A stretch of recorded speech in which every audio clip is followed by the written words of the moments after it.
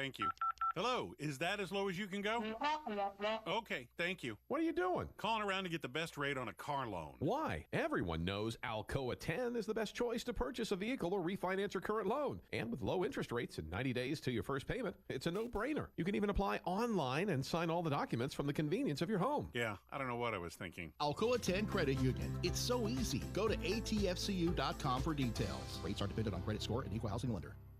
With smartphones being such an integral part of our daily lives, it is truly an inconvenience when it doesn't work properly. It disrupts the normalcy of our day. When you go into the cell phone store to have it repaired, they just try to upsell you on a new phone. That's why the owner of iDrop, TKL, left those places and opened iDrop. His goal is a happy customer. TKL and the team will listen to what you have going on and work to solve the problem of your broken device in a way that best suit your needs, instead of trying to upsell you on something that you just don't need. They don't just repair phones, they can service your laptop or PC as well as your Mac. Windows 7 support is over, but iDrop can help you transition to Windows 10. They have a 5-star rating on Google with hundreds of positive reviews. Let me say that again. I don't think y'all understand how big this is. They have a 5-star rating on Google. Their customer service really speaks for itself. So if you ever find yourself with a device that isn't performing as it should, give iDrop a call at 865-888-9740 or check them out on Facebook at iDrop of Knoxville. If man made it, they can fix it.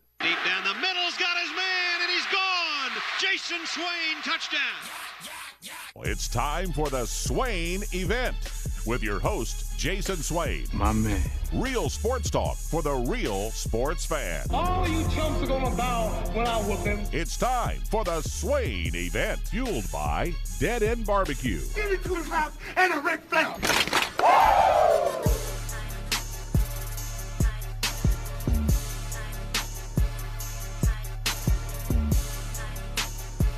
Swain Event, SwainEvent.com, fueled by Dead End Barbecue, top 100 barbecue restaurant in America. I am live here at Beatty Chevrolet, Parkside Drive. My guy Ben McKee is live in the Low T Center studio. Ben, man, good morning on this beautiful Monday, October the 11th day in East Tennessee, man. Good morning to you, my friend. Uh-oh, what we got going on here, Ben? What you got going on, man? Oh, good morning, Swain. What you Texas A&M Ben is what I will be going by today. I am in such a great mood. The Vols win. Deontay Wilder loses, gets knocked the blank out. Auburn loses. Alabama loses. Oh, the Steelers won. Oh, I am in a great mood. Tennessee's going to wreck the lane train this weekend. Oh, Texas A&M Ben is doing good today, my friend. I like it, man. I like it. I'm glad you're in a good mood, man. I'm glad we Bears won. Yeah, the Bears did won. I didn't think they would beat the Raiders, but they won. I mean, the last 2 games I didn't think they were going to win, but they did that. So, man, it's a great morning, man. It's a great morning coming off a Big Orange win, and Tennessee certainly didn't leave any doubt, any doubt at all, my friend. Another 28-point first quarter for Tennessee. Wow, an emotional day celebrating Al Wilson and his Hall of Fame induction. It was cool to see all the players, former players, guys that he played with, everyone to be there to celebrate Al Wilson. It was great to have him on the Big Orange Countdown, their pregame Vol Network. So I encourage you to go to utsports.com and go check out that interview with myself, John Wilkerson, Brent Hubbs, and Will Overstreet. That was phenomenal. That gave me chills in front of a Big Orange crowd there at Gate 21. It was phenomenal. Just a great weekend, man. The dark mode jerseys debuted. Tennessee got a Big Orange win. Al Wilson recognized. It was great, man. It was a great weekend, Ben. It was. It was an awesome weekend. Al Wilson, the second part of the headline, I guess Tennessee winning is 1A and Al Wilson is 1B. Really cool to see Tennessee honor Al Wilson. I thought they did so perfectly. I thought the fans cheered him on Absolutely, in a great way, and how fitting that on a day that Al Wilson is honored, number 27 scores a touchdown. I thought that was really cool. Laneith Whitehead punching in his first career touchdown and Tennessee's last touchdown of the game. The Pride of the Southland Band, what an awesome halftime performance with a couple of Al Wilson salutes. The number 27 jersey, spelling out his name, spelling out HOF for the Hall of Fame. Just a really cool day honoring Al Wilson and seeing him down on the field and interacting with his teammates as he was being honored and even before the halftime show and afterwards and hearing his speech in the locker room to the guys was really cool. I loved Josh Heupel pointing out that Leonard Little was spending time with the defensive lineman in the locker room after the game as well. So just a really awesome day. The uniforms were awesome, looked great, and things went well for Tennessee. The second half was kind of whatever. Tennessee stubbed its toe, and I hate that was the second half in which Tennessee did that because that was kind of your lasting thought or lasting impression of that football game. But I think the story is and should be that first half, and it was complete domination in that first half by Tennessee. Yeah, Tennessee, and this is something that we talked about preseason, the beginning of the season. This coaching staff is dealing with the lack of depth, dealing with 71 scholarships, dealing with injuries. They won't make excuses. They won't mention it a bunch. But that's the reality of the situation. And so when you're up 28-0 and you're up 38-7 at halftime, yes, you don't want to get guys hurt when the game is out of reach that much. And I know the third quarter was not the same as the first quarter, but that's sometimes what happens in a game of football. There's ebbs and flows, and understand that what this coach staff is doing right now with this football team is actually remarkable, to be honest. I mean, it's just remarkable. I did not expect the type of production we would see from defense. I did not expect the amount of points that we put up. I know Josh Heupel had did this at previous stops, but to take the personnel grouping and most of it's from last year, and then take some transfers and then just mix them all together in this first year and then be where they are offensively, it's remarkable. I mean, it truly is. And so we got to understand the situation with personnel. We got to have a little bit of football intelligence ourselves as fans and understand that the depth is a huge, huge concern. There's several guys that did not play that maybe could have played, but there was no reason for them to play, because the next 4 games for Tennessee are bigger than the South Carolina game. The competition is going to be stiffer against these next 4 opponents than it was against South Carolina. So Theo Jackson didn't play. Maybe could have played, but he didn't. Danico Slaughter did not play. Cooper Mays did not play. Jabari Small did not play. And, you had Tyon Evans. Simmons. Say that again. Elijah Simmons, Jawan Mitchell. That's right. Jawan Mitchell did not play. You mentioned Simmons, and there's a lot of guys that got banged up in the course of that football game. It seemed like every time you turned around, there was someone on the ground getting medical attention. And if you're Josh Heupel, you got to be careful. I mean, you have to be very, very careful that you don't put guys in danger that's going to hurt your football team moving forward. I mean, we're just halfway through the season. Season's not over with, even though we have surpassed our point total at 6 games, for the entire year 2020. But it's a long, long season. And so, yes, you're thinking short term, which is today, now, winning the game, but you're also thinking long term. And zero part of that second half was I bothered or upset or frustrated, because I understood the deal. Of course you want to play perfect, but you're not going to play perfect. You're not. And I think the last 2 games we've been a little spoiled of the offensive showing. I mean, it's been a fireworks show offensively. But for this team to spank, not just beat, Ben, But to spank Missouri and South Carolina where the game was out of hand before the second quarter, no one here expected that heading into the season. I mean, we were like, all right, man, that Mizzou game is a toss-up, man. That South Carolina game, that's a toss-up. But we beat those guys and didn't leave any doubt at all. So that second half, man, I don't want to harp on it right now at the beginning of part of the show, but I just felt like I needed to at least give you my overall opinions on the second half because it was mentioned. But, man, another spectacular performance for Hendon Hooker.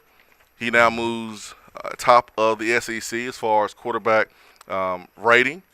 Another touchdown for Javonte Payton early in the game. He's like, all right, I'm going to score my touchdown. Y'all can have it for the rest of the game. I got mine. Y'all got it. Y'all go ahead and get y'all's in, too. Another spectacular long run by Tyon Evans. Defense playing with their hair on fire. Ben, what we got? 10 tackles for loss and 4 sacks. Ben, man, get on in here, Ben. Get in here, Ben. Get in here, Ben. How about that, man? 10 tackles for loss, 4 sacks for the Tennessee defense. Very impressive. And what was the most impressive part about those 4 sacks, Swain, is that they did it with really 3 and 4-man rushes. I mean, Tim Banks didn't dial up a ton of blitzes. He dialed up a couple of blitzes at the right time. Jeremy Banks got in the backfield 2 or 3 times and delivered some clean hits on Luke Doty. But that was the most well, his one personal foul was a face mask, so that's not Jeremy Banks hit the quarterback late. Got a personal foul. Was that? I thought it was a face mask. Nah, it was a late hit. It was a late hit. It was late. I mean, I'm cool. I'm tired. Forgive me. Yeah, I'm cool. I mean, it was, yeah, that's I'm slowly remembering it because I made the comment to Mike Wilson in the press box that, hey, it was a clean hit. It was just like 2-3 steps late. Just you got to pull up in that situation. So you're right. Forgive me. I'm tired. I forgot about it. But even aside from that, Banks did a good job of getting home to the quarterback on a couple of other different occasions. And that's what stood out to me is that Tennessee was able to get pressure with really 3-4 guys, sometimes a 5th guy like a Banks coming on a blitz or even an Aaron Beasley coming in on a blitz. And speaking of Beasley, down there, I know Kevin Harris ended up scoring a touchdown right there at the beginning of the 4th quarter. But if you go back and you look at that South Carolina possession that started at the end of the 3rd quarter and bled over into the 4th quarter, when South Carolina got around the goal line and Tennessee was able to force 4th and goal from the 2, I believe it was, on 1st and 3rd down, Aaron Beasley shot out of a cannon and came in and just absolutely exploded on Kevin Harris and blew him up. I thought that was really, really great to see. I think Aaron Beasley, I've said it a couple weeks now in a row, but each week he continues to get better, and he's been very impressive. And I've really reached a point where I truly enjoy watching Aaron Beasley play football. Not that I ever didn't enjoy him watching him play football. We just never saw him, so I didn't really know what to expect. So I thought Tennessee's defense did a great job on Saturday for the most part. They really have the mantra of being able to or willing to stick their head in the fan and not care about it. I stole that phrase from Juwan Mitchell back when he committed to Tennessee to transfer from Texas. I asked him what he was bringing to the table, and he said a guy that was willing to stick his head in the fan and not think twice about it. And I've stolen that phrase, that saying, and I think this defense does that same thing, emulates that. They're not afraid to stick their head in the fan, and it shows by how many tackles for a loss they are creating. I don't have the exact stat in front of me, but I believe they lead the SEC in tackles for loss, and it's no small sample size. I mean, this is becoming a thing. Yeah, this defense is playing fast. They are not thinking, causing their mind to top their feet. They're playing fast. Jeremy Banks, I just watch him on defense, and the intensity is there. The toughness is there. And He just needs to dial it back. I mean, a smidgen. I mean, like a small bit. Because I love the edge he plays with. You don't want that 15-yard penalty to come at the wrong time on a third down. You get a stop and you allow the offense to extend the drive and they go put up points. So I'm just saying, just a small smidgen, you tone it down. But I like the way he was slapping guys' hands up off of him, pushing the offensive line, hands off of them after the play, just really being an intimidator. I like that from Jeremy Banks. You just have to make sure that it doesn't cost you. But our defense, man, how about Brandon Turnage? And we'll hear from Brandon Turnage because I got a chance to talk to him last night. I got a cool story. I got a very cool story. I'm not going to waste any time. I'm going to share it with you right now, Ben. I'm going to share it with you right now. Please do. What time is it? 7:16? 7:16. I'm going to add real quick that Tennessee's tackle for a loss, second in the country with 52, first in the SEC. Wow, let me write that down. Hold on, second in the country with 52 tackles for a loss in 6 games. That's 8.67 tackles for a loss on average per game. Only Troy has more with 59, but Tennessee first in the SEC, second in the country. I have to write that down. I got to take notes on that one, man. I got to write that down. Hold on, let me. I'm gonna tell this story on Brandon Turnage, man, right quick. I just want to make sure that we got everybody on with us. Make sure everybody on with us. I don't want to hear anything about, I missed the story. Can you tell it again? I'm telling it one time. I'm telling it one time. If you missed it, you got to go back and check out the podcast. I'm telling the story one time. One time. Just make sure everybody here with us. Make sure I got Volstorm. Make sure Volstorm with us. Got a chance to chop it up with him before the game.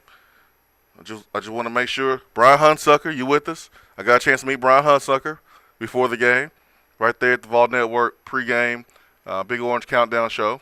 I got a chance to meet Middle Tennessee Rick, Ben. But you want to make sure you, huh? So did I. Yeah, just want to make sure you with us, Rick. How about Kentucky Vol? Saw our guy Trammell. Yeah, saw Trammell. Got a chance to meet Kentucky Vol. Make sure Kentucky Vol, you with us this morning. So yesterday we do the show, The Locker Room, on my VLT. And okay, Vol Nation, he said he with us. Okay, all right. Just want to make sure. So we do the show, The Locker Room, last night, my VLT. And if you have watched any part of the show this season, you know that we do a segment called Player's Perspective. It's when I sit down with a current player and we talk about, the game or just whatever, just a one-on-one conversation. And if you have followed this football team this year, you have seen Tyon Evans and Brandon Turnage with their babies after the game.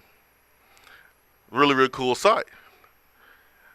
Well, Brandon brought his baby with him to the show. And it took me back to when I was 23 years old and I was fresh out of school, and my daughter was born in 2008. My last year playing football was 2007, and I remember going back to school and my wife was working, and there was no babysitter because we didn't have like mom and grandma and folks here to watch my kids, so she would just go to class with me. I had I guess like a little shoulder harness thing for my kid, and so like I would just pull her in my little shoulder harness and take her to class, and she would just sleep, and really no one knew she was there. But like it took me back to those days. And Brandon's beautiful daughter, she was a little sleepy.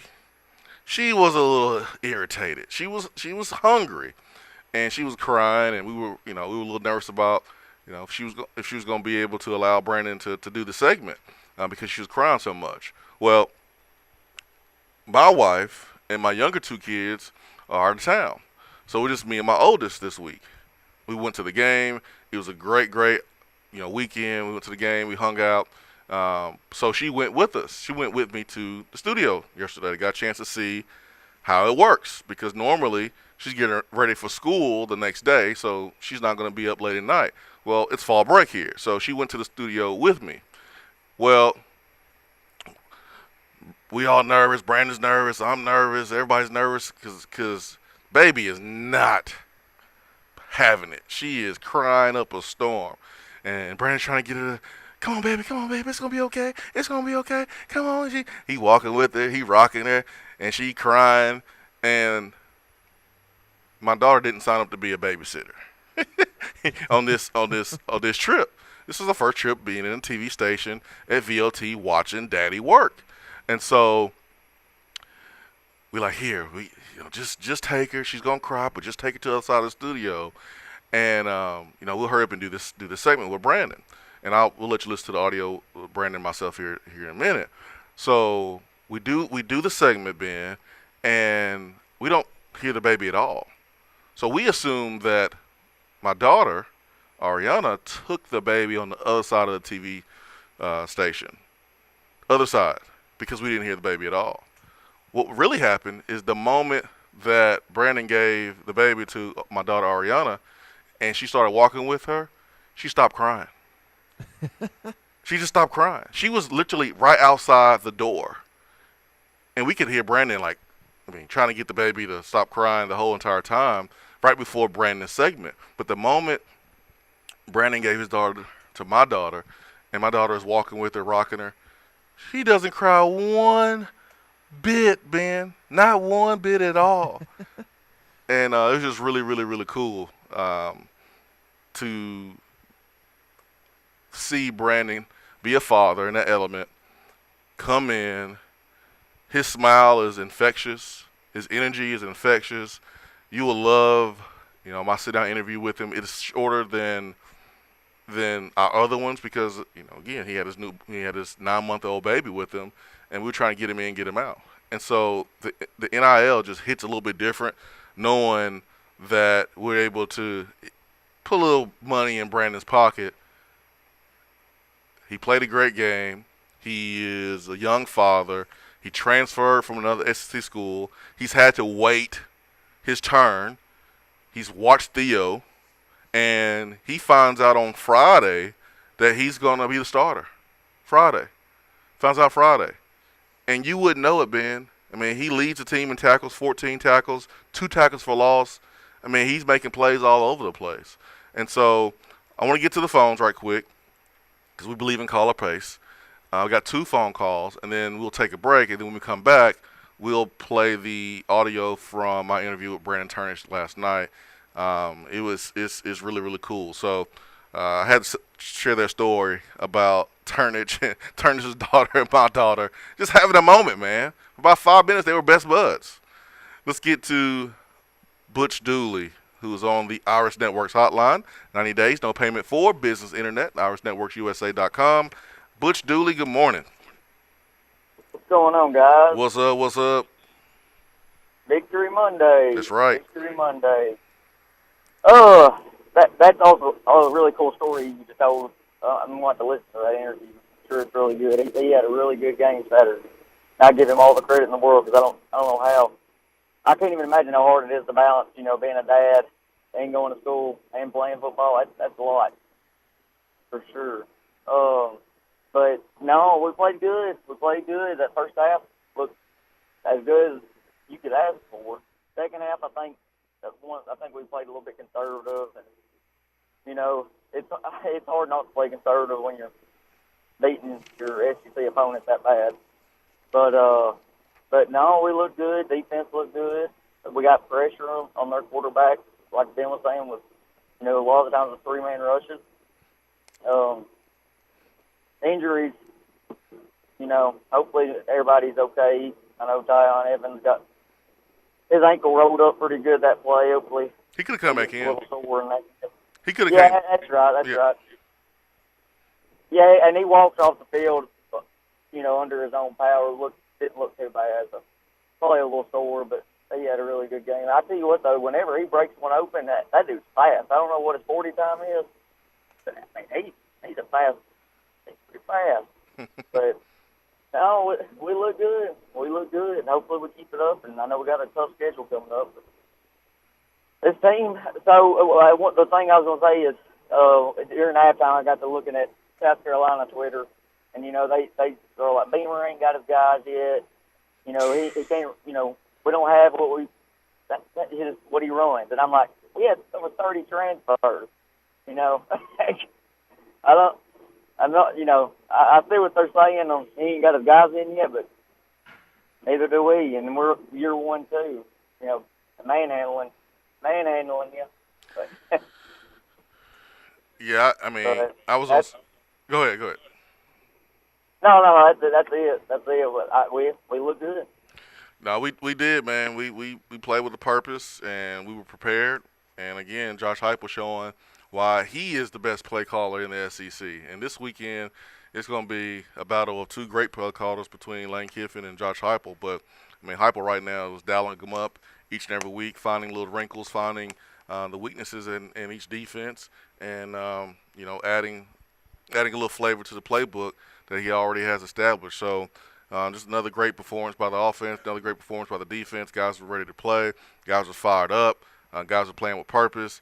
And, you know, Tyon Evans, he could have went back in, but why? I mean, you're up by a ton of points. I'll tell you one thing that concerned me, Ben, and we'll go to the phones, and then we'll get back to it, but that is the amount of rushes for Hendon Hooker. Man, I was sitting on pins and needles because he had 20 rushes, and I was like, we don't need him to run the football as much. Let's not get my man hurt. We need him for the rest of the season.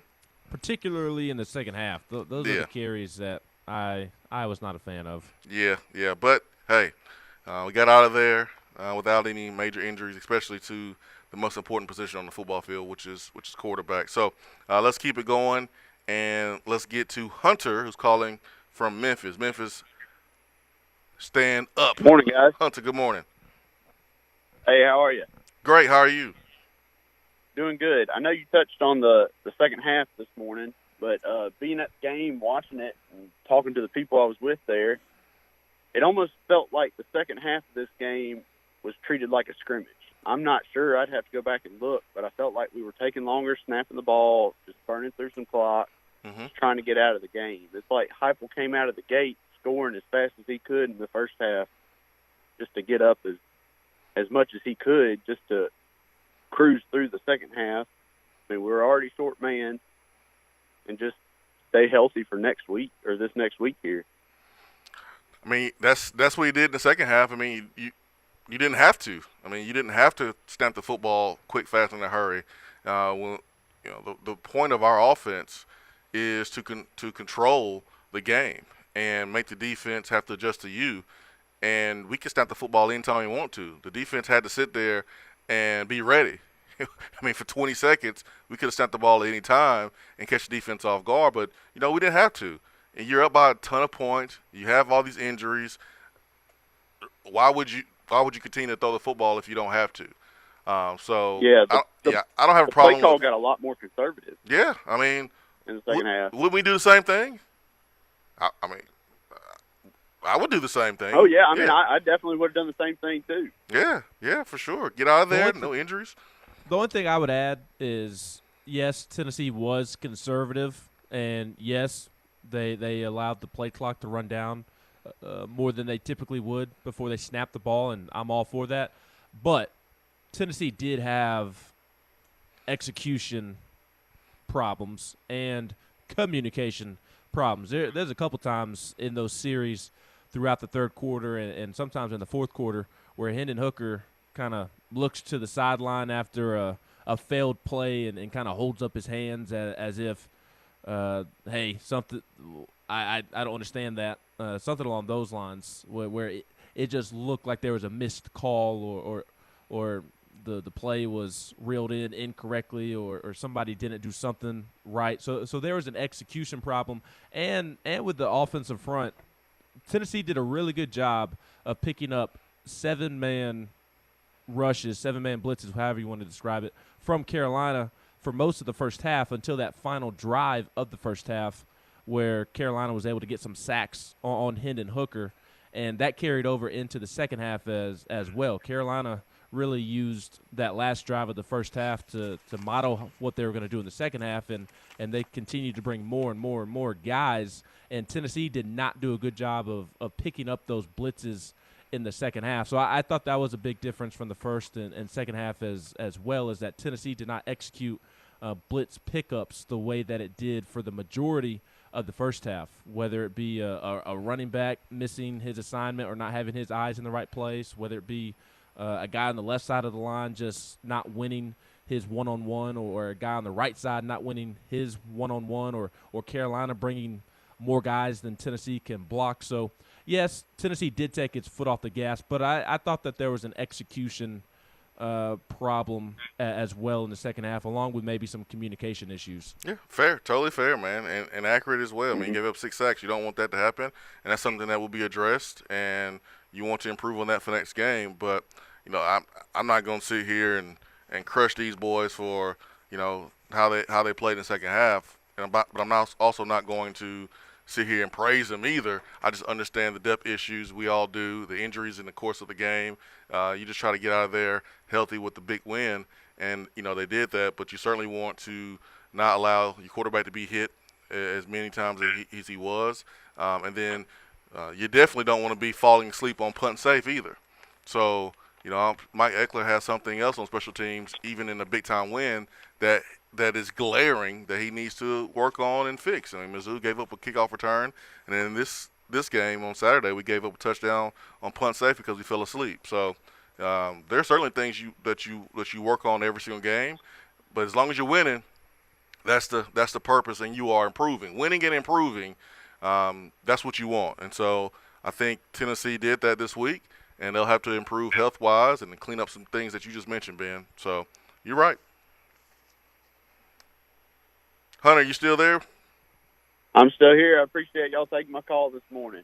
Hey, thank you, man. Anything else? All right. Got to meet Hunter before the game on Saturday. Oh, you met Hunter? I didn't meet Hunter. Very nice guy. Well, you were up about to do the show. He walked up as kind of you had sat down to do the show. So? I want to meet Hunter.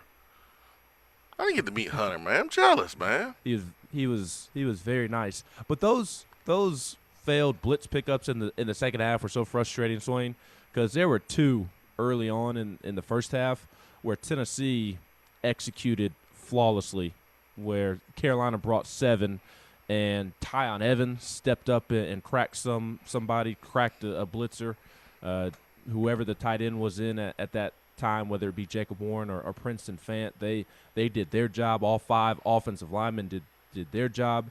Hendon Hooker did a great job of recognizing that Carolina was bringing a ton of guys and getting the ball out quickly and being decisive on his touchdown to Velus Jones, where Velus made a guy miss, and I believe it was Princeton Fant did a great job of blocking down the field to kind of help spring Velus for the touchdown. But on that Velus touchdown, Carolina brought 6, and Tennessee did a great job of picking up the blitz, and especially Tyon Evans. And, again, Hooker did a great job of recognizing it, and I believe Velus was running just kind of a simple route out in the flat, and Hooker dumped it off to him real quick. Velus got upfield, did his thing, made a guy miss. Princeton Fant putting in a ton of great effort to block downfield for Velus and help him get into the end zone.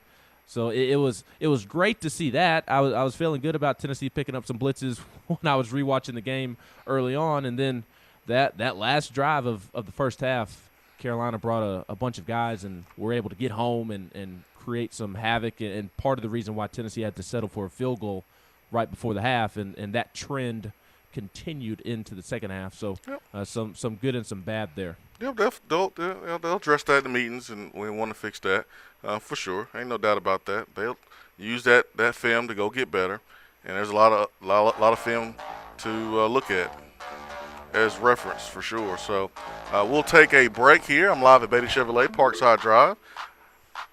BeattyChevrolet.com, home of the warranty for life on most of their new and used vehicles. 865-255-03. When we come back, we'll hear from Brandon Turnage, my interview. Sit down with him last night's episode of The Locker Room on my VLT. Stay with us. Swain Event. Be right back.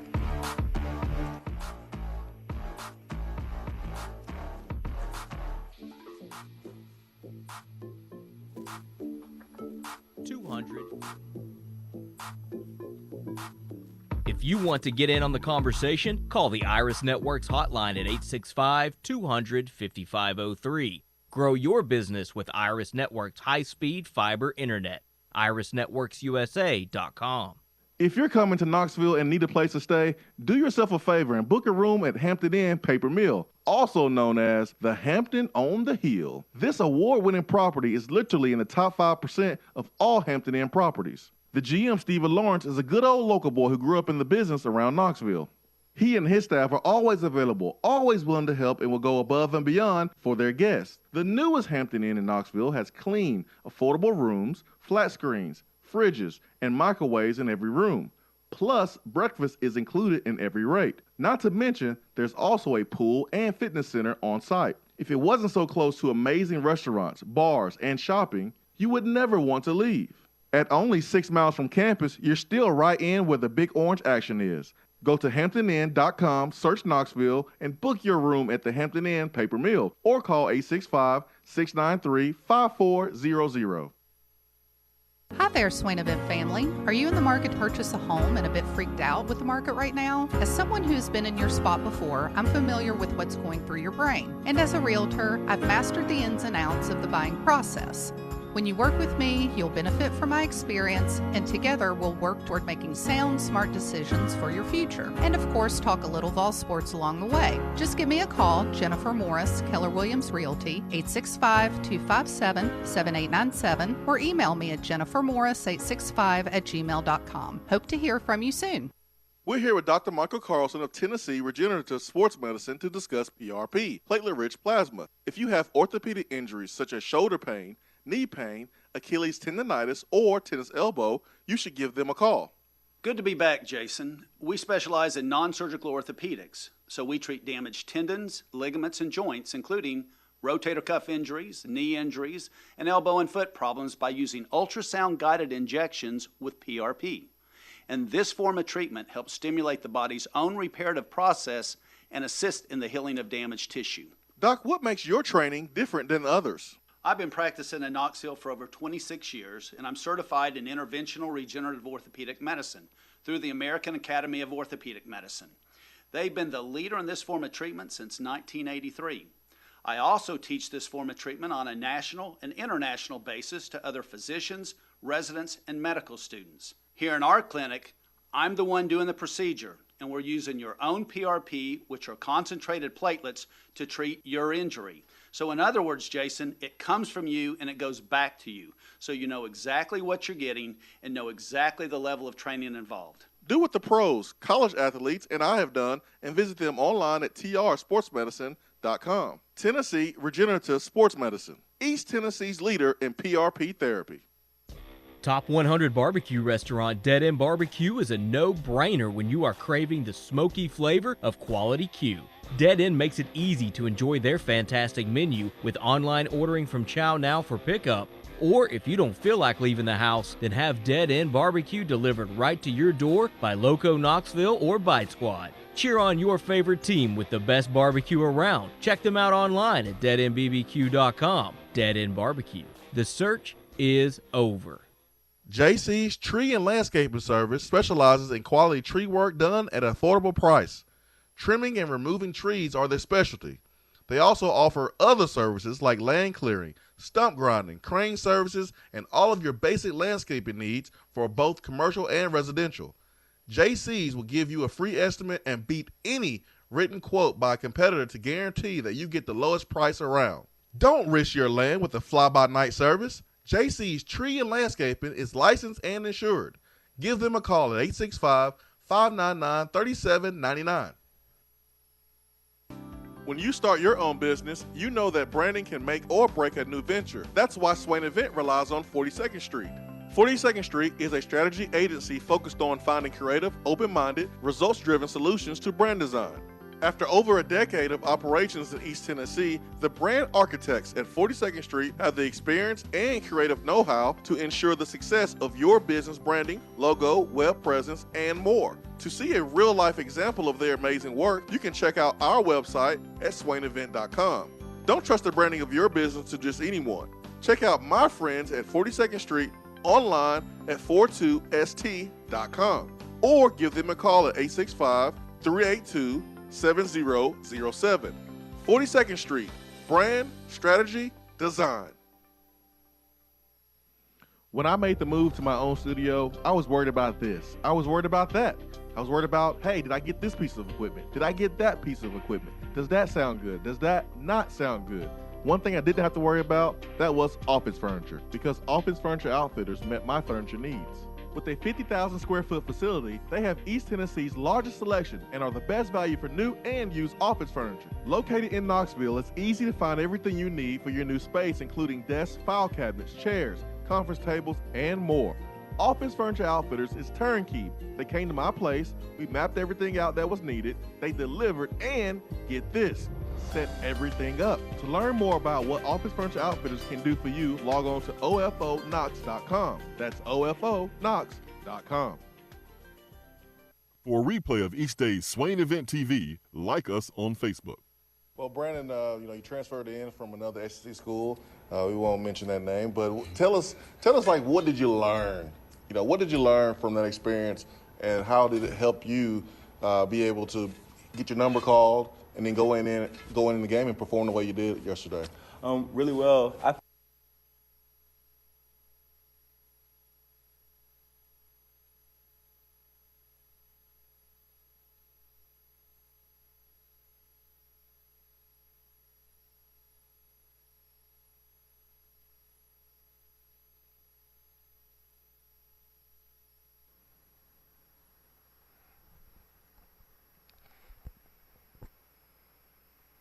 We all good? We all good over there?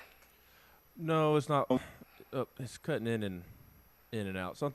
My computer's acting funky. So okay, we'll come back to it. Give me a minute and we'll come back to it. Yeah, we'll come back to it. No problem, man. No problem. 865-255-03. We'll come back to it. It's no problems at all, my friend. You just give me the thumbs up, and then we'll go back to it. But let's hit up the text box right quick. And it was good to see Tremel, man. Tremel, we hope Tremel have a speedy recovery. Tore his Achilles, was on crutches, but he gave 63 effort and still came over to the Vol Network set to say what's up. So I appreciate Tremel for still coming over, and you too, man. Coming over and saying what's up, seeing all of our listeners and Big Orange family members. That was really cool. So let's see here on the text box. Court Duvall says, "I'm here. Don't be forgetting me." Oh, I don't forget you, Franklin. It's simple, man. Simple. You can call us by going to the app and hitting that phone icon there, and it connects you right to us. Really, really, really simple. Or the telephone number is 865-255-03. You don't give us a call as well. Andy Mizuno Golfer says, wasn't Pruitt supposed to be a defensive guru? Yeah, I mean, he is a defensive guru. But being a defensive guru while being the head coach is tough to do. Like, I think I do a pretty good job doing a show. But if I'm doing a show and having to do Ben's job on my top of my job, it's hard to do, and the show is not going to be as good, and I'm going to be distracted. And so Pruitt just tried to wear too many hats. I think you put Pruitt back into a defensive coordinator role, I think he would be a great defensive coordinator. But he just wasn't a good defensive guru while trying to be a head coach. Some guys can do it, some guys can't, and he can't. But he's still a good defensive mind. We good to go, Ben? I think so. All right, let's rock it. Let's give it a try. Let's rock it. Brandon, you transferred in from another SEC school. We won't mention that name, but tell us, like, what did you learn? What did you learn from that experience, and how did it help you be able to get your number called and then go in the game and perform the way you did yesterday? Really well. I feel like that experience prepared me for everything, like, from now, from then, that experience, it taught me a lot. Like, really just practicing against some of the best. Each practice was like a game. And, yesterday, as I took the field, like it was just no different than practice. Like my old practices and now practices here with these good receivers here. So it was like it all just helped me, and it all just helped me out. What was the atmosphere like for you guys? For you playing in front of the Neyland Stadium with the dark mode jerseys. I know you guys were pretty juiced up about that game. Oh, yeah, we were real juiced up about that game, the jerseys. Like, everybody was trying to check out their drip, you know what I'm saying? Everybody getting in the mirror before the game, trying to see how they look, trying to make the colors coordinate. Yeah. Myself as well. You got to. That was like the atmosphere, the fans, they were loud. They came to show out, and so did we. Any butterflies at the beginning? And if you did, at what point during the game did they all go away? Honestly, I really didn't have any butterflies. Like, I've sat down so long, you know, and like it was my time. They called my name, and I was really ready to go showcase my skills and do everything that I practiced and prepare myself for. For sure. What have you learned from Theo this past football season, during the season? You know, he didn't go yesterday, but you went in and, you know, had a team high 14 tackles, had 2 tackles for loss. You were everywhere. What have you learned from Theo this season that you think allowed you to be ready yesterday? I've learned a lot from Theo, like from corner to star to like just anything, like from all the fronts that we have. Like, he really teaches me like everything that I need to know in practice. Sometimes he stands behind the defense after he's gotten his reps to make sure that I'm aligning right, because I know what to do, but he's making sure my alignment is perfect. He's just doing all the little things that a leader's supposed to do, and I really like that about Theo. Like, he's a natural-born leader. It's hard to have a perfect game, man. You can have a really, really good game, but there's always something that you can point out to get better. So tell us what play, or, you know, what's the thing that you're most proud about yesterday's game, and tell us one thing that, you know, you looked at, you said, hey, I got to get better in that area. Well, I really feel like I had an all right game, a decent game, but one thing I want to work on myself is like getting off blocks of linemen. You know, because they kind of got me a couple times or whatever, but I just need to work on that, and I feel like I can prepare myself better from that aspect. What's next, man? What's next for you? I mean, big-time debut as a Tennessee Vol. You know, again, 14 tackles, 2 tackles for loss, but what's the next step for Brandon Turnage? The next step is whenever my name is called, go out there and try to do the same thing. This week is a little different, man. You're from Oxford, Mississippi. Yes, sir. Playing against Ole Miss. What's that going to be like, playing against the Ole Miss Rebels from Oxford? I love playing against Ole Miss. Like, all, like, my brothers. Like, I look at those guys as my brothers. Like, I have a lot of homeboys on the team. I have cousins on the team. I have cousins that's played there. Like, I love playing against them. It's like backyard football. All of us grew up together around the same area, and it's always just fun to play against those guys. For sure. Can't wait to see number 29 on the field this week against Ole Miss, for sure. Love it, man. Beautiful soul, man. He got a smile that will light up a room, and he understands how to practice. He understands how to practice. Coming over from Alabama, he was a Under Armour All-American, Ben, coming out of Oxford, Mississippi. So he was ready to go when his number was called. I mean, 2 guys go down, and he slides over. Hasn't really worked a ton at the star position, but he goes in. It looks like he's played it all of his life. So obviously there's things that he wants to improve on and get better at, but man, just a good performance by him in his first game as a Tennessee Vol, getting significant snaps. So looking forward to seeing kind of what happens with him as Danico Slaughter gets healthy and Theo Jackson gets healthy. You know, Willie Martinez is big on trust, and I think what Brandon Turnage did on Saturday is show Coach Martinez that he can be trusted. So we may see him in some different areas. It may not be just star. We may see him playing some corner, playing in other areas on the football field. But that's really great for the depth, knowing that there's an extra guy now that you can trust in the back end. Yeah, and I thought he was a great example of what you said earlier about Jeremy Banks and some other guys, of the mind not tying up the feet. He just kind of read and reacted. And I thought Tim Banks did a great job of dialing up some blitzes for Brandon Turnage, and Turnage did a great job of executing those blitzes by kind of disguising that he was coming on a blitz, and doing a great job of timing his blitz and getting into the backfield and affecting the quarterback there. There was one where Banks brought him on a blitz from the field side, and it was on a run play, and Turnage just timed it absolutely perfectly and blew up the running back in the backfield. I thought he played great. I was pleasantly surprised by his performance. I just didn't know what to expect, really. And I think Theo Jackson, he did not go through individual warm-ups. He was in sweatpants and just the jersey while guys were doing their individual workout. But when the team came back out for workouts or warm-ups and for their position group warm-ups, Theo Jackson was back out there, and he was actually running around quite well, whereas Danico Slaughter tried to go through warm-ups, and he was practically on one leg. It was much different for Theo. Theo looked like a guy that was going to play and was dressed out on the sideline, and I think that he was dressed out and on the sideline and went through warm-ups in case Brandon Turnage just could not cut it. And boy, did Turnage cut it. He lived up to the billing, and you see a lot of potential in him, and another exciting piece on this young defense. It's kind of weird when you think about it. Tennessee has like a nice blend of veterans, but also a nice mix of young guys that are super promising. Yeah, he did his thing, man. He did his thing. So happy for him. Now I think if you're Willie Martinez, you can trust him. You can trust him to go in and play different positions.